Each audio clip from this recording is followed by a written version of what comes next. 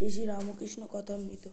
ওম তব কথামৃতং তপ্ত জীবনং কবিভিরীরিতং কলমশাপহং শ্রবণমঙ্গলং শ্রীমদাততং ভূমিগীনন্তি চ ভূরিদা জনা।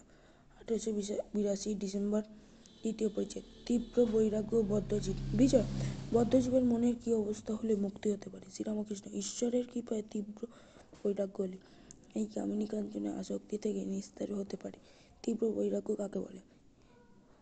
হবে ঈশ্বরের নাম করা যায়, এসব মন্দ বৈরাগ্য। যার তীব্র বৈরাগ্য তার প্রাণ ভগবানের জন্য ব্যাকুল। মার প্রাণ যেমন পেটের ছেলের জন্য ব্যাকুল। যার তীব্র বৈরাগ্য সে ভগবান ভিন্ন আর কিছু চায় না। সংসারকে পাতকুয়ো দেখে, তার মনে হয় বুঝি ডুবে গেলুম। আত্মীয়দের কালসাপ দেখে তাদের কাছ থেকে পালাতে ইচ্ছা হয়, আর পালাও। বাড়ির বন্দোবস্ত করি, তারপর ঈশ্বর চিন্তা করবো, এ কথা ভাবেই না। ভিতরে খুব রোগ। তীব্র বৈরাগ্য কাকে বলে? একটি গল্প শুনি। এক দেশে অনাবৃষ্টি হয়েছে। চাষিরা সব খানা কেটে দূর থেকে জল আনছে। একজন চাষার খুব রোগ আছে।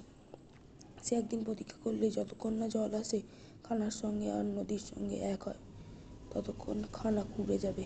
একদিন স্নান করবার বেলা হলো। গৃহিণী মায়ের হাতে তেল পাঠিয়ে দিল। মেয়ে বললে, বাবা, বেলা হয়েছে, তেল মেখে নিয়ে ফেলো। সে বললে, তুই যা, আমার এখন কাজ আছে। বেলা 2 প্রহর 1টা হলো।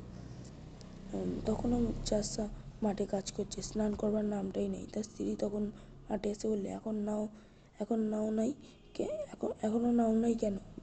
ভাত চুরিয়ে গেল। তোমার যে সবই বাড়াবাড়ি। না আয় কাল করবে কি? খেয়ে দেই করবে?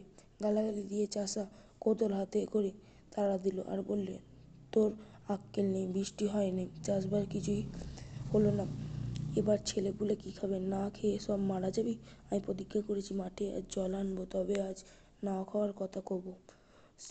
স্ত্রী কর্তৃক থেকে দৌড়ে পালিয়ে গেল। চাষা সমস্ত দিন হাড় ভাঙা পরিশ্রম করে সন্ধ্যার সময় খানার সঙ্গে নদীর যোগ করে দিল।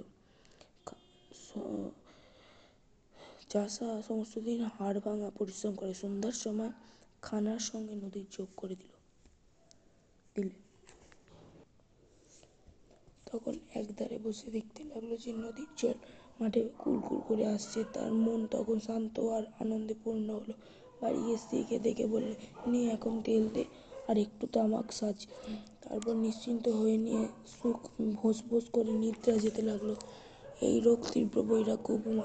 আর একজন চাষা, সেও মাঠে জল আনছিল। তার স্ত্রী যখন গেল আর বললে, অনেক বেলা হয়েছে, এখন এসো, এত বাড়াবাড়িতে কাজ নেই। তখন সে বেশি উচ্চবাচ্য না করে কোদাল রেখে স্ত্রীকে বললে, তুই যখন বলছিস তো চল। সকলের হাস্য।